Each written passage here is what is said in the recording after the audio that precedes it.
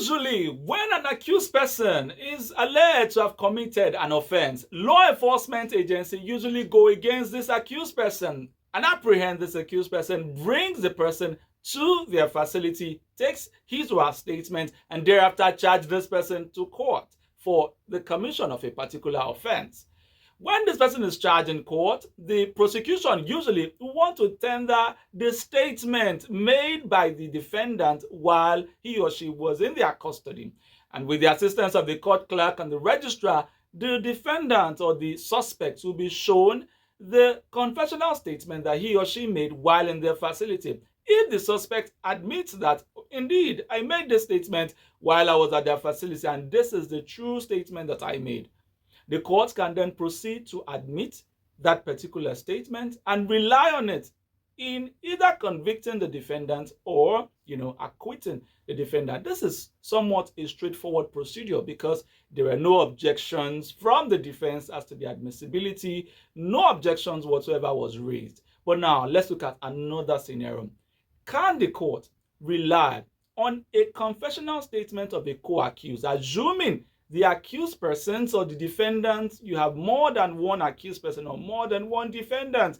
Can the court proceed to rely on the confessional statement of one of the accused persons to convict and sentence another accused person? So let's look at a hypothetical case. A and B go out to commit an offense, apprehended by the law enforcement agency, taken to their facility, and then they were made to make their confessional statement. In court, the court now seeks, or the prosecution now seeks to tender the confessional statement made by A in court. That statement is admitted, right?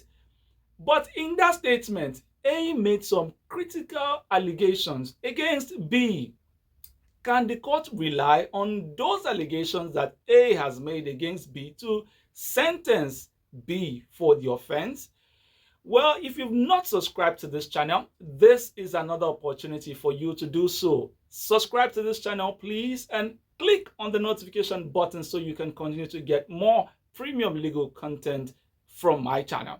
Back to what we're talking about before that. Yes, can the court rely on that particular, evidence, particular confessional statement by A to convict B? The position of the law in this sense is that the court cannot rely on the statement or that particular statement made by A to convict B. The court can rely on it to convict A, but not B.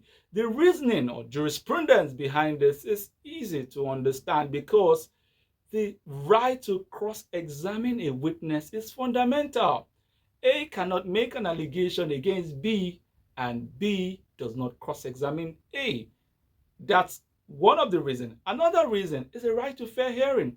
There is a second leg, apart from the fact that you must always, cannot be a judge in your own cause. You must always hear from the other side. So the court ought to have heard from B on the allegations made against him or her. So that is also fundamental. There is an exception to this. The exception to this is when B goes on to adopt the statement made by A against him or her to say, indeed, I adopt this statement that A has made. It is mine. The court can rely on it to convict or sentence B.